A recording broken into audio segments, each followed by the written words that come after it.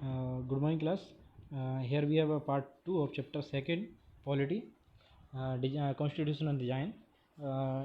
So अभी तक हमने देख लिया है कि बेटा नेशनल साउथ अफ्रीका में डेमोक्रेसी और कॉन्स्टिट्यूशन कैसे कैसे मेड हुआ, और साउथ अफ्रीका का जो कॉन्स्टिट्यूशन था वो रेम्बो नेशन का कॉन्स्टिट्यूशन था। उन्होंने जो नेशनल मंडेला जी थे उनका थॉट था कि रेम्बो नेशन बनाया जाए। अब हम देखेंगे why do we need constitution, हम कॉन्स्टिट्यूशन क्यों ज़रूरी होता है। ठीक है, इसके लिए डायरेक्ट बेटा ये आपके लिए क्वेश्चन भी है, इंपॉर्टेंट भी है आपके लिए, ये आपको यहाँ से नजर है। First, it generate a degree of trust and coordinate is necessary for the different kind of people to live together, मतलब डिफरेंट पीपल्स को एक साथ रखने के लिए बहुत ज़रूरी है constitution. Second, it specify how the government will constituted who will have to power take which decision, मतलब अब जब आप इलेक्शन करेंगे कॉन्स्टिट्यूशन के दौरान एक व्यक्ति आपके लिए पीएम या प्रेसिडेंट बनेगा, वो आपके लिए डिसीजन लेगा, तो इससे डिसाइड होता है। Third, it lay down limits on the power of government, tells us what the rights of citizens, ये हमें बताता है हमारे राइट्स, मतलब एक मान लीजिए आपने प्रेसिडेंट इलेक्ट कर लिया, तो ऐसा नहीं कि वो आपके राइट के साथ राइट को कम कर देगा। ठीक है, आपके राइट प्रोटेक्ट होंगे किससे, कॉन्स्टिट्यूशन से। Fourth, it express the aspirations of peoples about creating a good society, मतलब एक अच्छी सोसाइटी बनाने के लिए भी हमें कॉन्स्टिट्यूशन की ज़रूरत पड़ती है। ठीक है, all countries that have contributed are not necessarily democratic, but all the countries that are democratic will have constitution.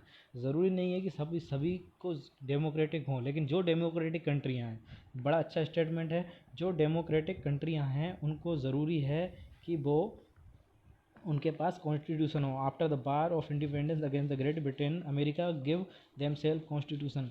After the revolution the French peoples approve democratic constitution, since then it has become a practice in all democratic to have return constitution. ठीक है, अब यहाँ तक हो गया कि जहाँ जहाँ डेमोक्रेसी है वहाँ वहाँ कॉन्स्टिट्यूशन ज़रूरी है। ठीक है, अब हम आते हैं मेकिंग ऑफ इंडियन कॉन्स्टिट्यूशन। ये जो यहाँ पे साइड में इम्पोर्टेंट पीपल्स के फ़ोटो दिए हुए हैं, ये मैं आपको अलग से एक वीडियो लेक्चर इसके बाद बनाऊंगा, उसमें आपको कवर करके दूंगा। ठीक है, अभी हम देखेंगे making of Indian constitution. Making of Indian constitution हमारे लिए कोई इजी नहीं था इंडियन कॉन्स्टिट्यूशन बनाना बेटा। इसमें क्या हुआ था, हम जब आज़ाद हुए, हम जब इंडिपेंडेंस आया 1947 में, तो हमारे पास एक और था कि पाकिस्तान भी बनना था, इंडिया भी बनना था। तो इन दोनों के जो डिवीज़न में लगभग 10 lakh peoples were killed, 10 lakh peoples were killed during that division. ठीक है, तो ये देखो, at least 10 lakh people were killed on the both side of border partition revealed violence. There was the another problem, the British had to left the rulers princely state. दो प्रकार की state होती थी, जब एक होता था प्रोविंस और प्रिंसली। प्रोविंस क्या होती थी, जहाँ ब्रिटिश रूल करते थे, और प्रिंसली वो होती थी जहाँ लोकल राजा होता था, लोकल किंगडम होता था, लेकिन रूल कौन करता था, यही ब्रिटिशर। तो इस तरीके की जो प्रिंसली स्टेट थी उनको छोड़कर चले गए थे अंग्रेज, उन्होंने जो ब्रिटिशर थे उन्होंने छोड़ के चले गए थे। अब प्रॉब्लम इससे ये हुई कि ना, जब इंडिया तो बन गया लेकिन छोटे छोटे प्रिंसली स्टेट थे। अब वो या तो उनसे बोल दिया कि या तो आप इंडिया के साथ जाओ, पाकिस्तान के साथ जाओ, वो प्रॉब्लम अलग थी हमारे साथ। ठीक है, जैसे एक मान लो हैदराबाद है, हैदराबाद को बोल दिया कि अब आप पाकिस्तान के साथ भी रह सकते हैं, इंडिया के साथ भी रह सकते हैं, लेकिन पाकिस्तान यहाँ और इंडिया, अब ये कहाँ पाकिस्तान के साथ जाएगा। ठीक है, इस तरीके की प्रॉब्लम आई। ठीक है, फिर दूसरा है the British head now state decide whether they want to merge with India और विथ पाकिस्तान और रिमेन इंडिपेंडेंट। ठीक है, सो ये तरीके की कॉन्फ्लिक्टेड के बाद हमारे पास कॉन्स्टिट्यूशन बन के आया, the path of constitution. Despite all difficulties there were big advantage of making Indian constitution, unlike South Africa they did not have create a consensus about the democratic India should look like the March.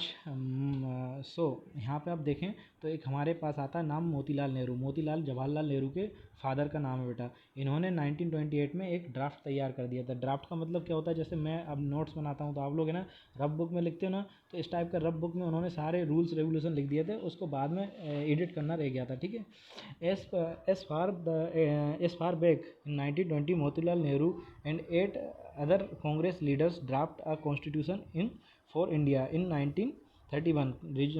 Resolution at the Karachi session, the Indian National Congress however the Indian independence Indian constitution should look like, मतलब किस तरीके से इन्होंने 1928 में ही और 1938 में कराची में जो सेशन हुआ था वहीं पे बता दिया था कि हमारा कॉन्स्टिट्यूशन किस तरीके का दिखेगा, हम कॉन्स्टिट्यूशन बनाएंगे तो हमारा कॉन्स्टिट्यूशन किस तरीके का होगा। क्योंकि जब तक बहुत सारे, जैसे हमने अभी देखा था फ्रेंच रेवोल्यूशन हुआ और बहुत सारे रेवोल्यूशन हुए, जैसे अमेरिका हुआ या फिर साउथ अफ्रीका हुआ या फिर छोटे छोटे जो अदर देश थे उन्होंने अपना कॉन्स्टिट्यूशन डेवलप कर लिया था। उसका फ़ायदा ये हुआ कि हमने उनसे चोरी नहीं किया, अडोप्ट किया। अडोप्ट करना और चोरी करना अलग होती है, चोरी करना होती है हमने बताया नहीं, लेकिन अडोप्ट किया, हमने बोला कि हम आपसे इंस्पायर होकर ये आपकी चीज़ उठा रहे हैं क्योंकि आपकी चीज़ ये अच्छी है, ठीक है। Both these document were committed to be included universal adult franchise, यहाँ से बड़ा इंपॉर्टेंट है बेटा, ये आपको ये याद रखना चाहिए। Universal adult franchise, right of freedom and equality, तीन चीज़ें हैं। यूनिवर्सल एडल्ट फ्रेंचाइजी मतलब 18 साल से जो बड़े होंगे उनको वोट डालने का right, and right of freedom आप रह सकते हैं, इक्वलिटी, ये तीन चीज़ें बड़ी इंपॉर्टेंट होती हैं किसी भी कॉन्स्टिट्यूशनल के लिए। वो कॉन्स्टिट्यूशनल असेंबली इस तरीके से काम की, ठीक है। अब यहाँ पे देखो election held in 1937 province legislative, जब 1937 में इलेक्शन हुए थे प्रोविंस था, ठीक है। अब यहाँ पे देखो आप year of thinking deliberations of framework, the constitution had other benefits. Our leaders gained confidence to learn from the other countries, मैंने अभी बताया अदर कंट्री से आपके पास ऑलरेडी उनके कॉन्स्टिट्यूशन थे, वहाँ से आपने ये सब चीज़ें सीखी कि क्या क्या हम मर्ज कर सकते हैं अपने कॉन्स्टिट्यूशन में, बट ऑन ओन टर्म्स। लेकिन ऐसा नहीं है कि हमने सीधा का सीधा उठा लिया, ये चीज़ हमने किसी से, मान लीजिए एक ब्रिटेन है, ब्रिटेन से हमें कुछ अच्छा लगा, उसके कॉन्स्टिट्यूशन से हमने अडोप्ट किया, तो ऐसा नहीं कि सेम टू सेम वो हमने अडोप्ट किया, हमारी कैसी इन्वायरमेंट है, हमारा कैसा कल्चर है, उसको देखते हुए, ठीक है। Many of leaders were inspired by the ideal of French Revolution, the practice of Parliament, democratic Britain, and Bill of Rights of USA. Bill of Rights of USA, the socialist revolution in Russia, had inspired many Indians of thinking to shaping a system based on the social and economical equality. Yet they were not simply imitated what others had done. At each step, they were questioning whether these things suit to India, suit to our country. All these factors contribute to making constitutions, ठीक है। अब यहाँ पे देखो, यहाँ पे आता है कि ना क्या क्या पॉइंट हो सकते थे। Why we should accept constitution made by this assembly more than 50 year ago, मतलब हम अभी भी है ना इसको क्यों, इस कॉन्स्टिट्यूशन को अभी भी क्यों मानते हैं, उसके पीछे क्या रीज़न है, ठीक है।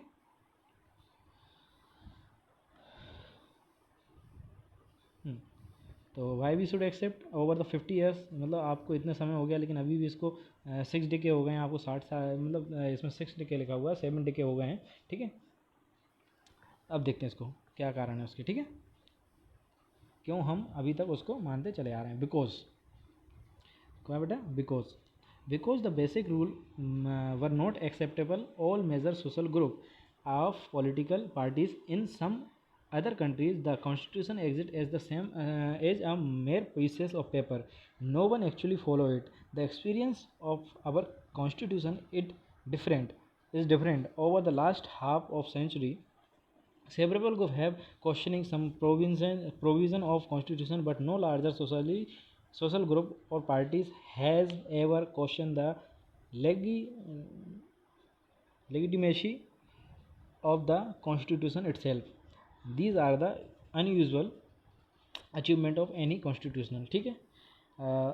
देन सेकंड, आपके पास देखो उसका मैं डायरेक्ट आपको वैसे ही कम शब्दों में बताऊं तो जो हमारा कॉन्स्टिट्यूशन बना वो कॉन्स्टिट्यूशन था, बहुत सारे लोगों ने एक साथ मिलकर उस कॉन्स्टिट्यूशन को बनाया था, और ऐसा नहीं है कि एक दिन में बन गया हो।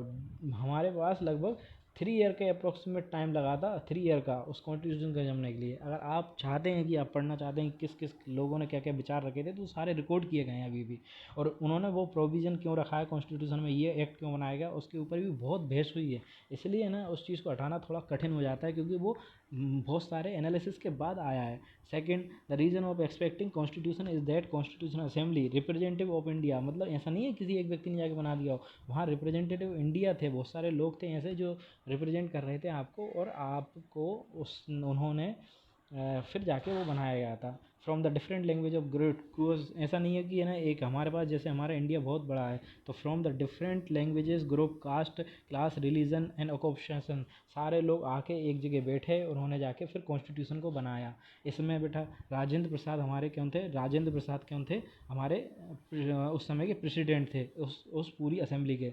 और जो ड्राफ्ट के जो प्रेसिडेंट थे, ड्राफ्ट के जो मेन मेन व्यक्ति थे वो कौन थे, B R Ambedkar, very very important person of constitutional assembly. Several round of discussion, बहुत सारे डिस्कशन हुए ड्राफ्ट कमीशन द्वारा, ठीक है। लगभग 114 डेज का इन 3 ईयर, 3 सालों में एक 114 डेज 114 डेज टेबल डिस्कशन किस पे हुआ था, ड्राफ्ट पर। सोचो कितनी बार उन्होंने, लगभग अप्रोक्सीमेटली 200 अमेंडमेंट हुए थे, 200 संशोधन किए गए थे।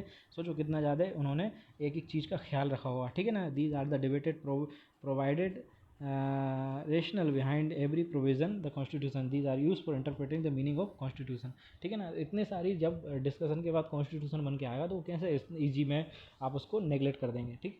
अब इसके बाद आता है next terminology, guiding values of Indian constitution. अब हम इसको नेक्स्ट लेक्चर में देखेंगे। Thank you.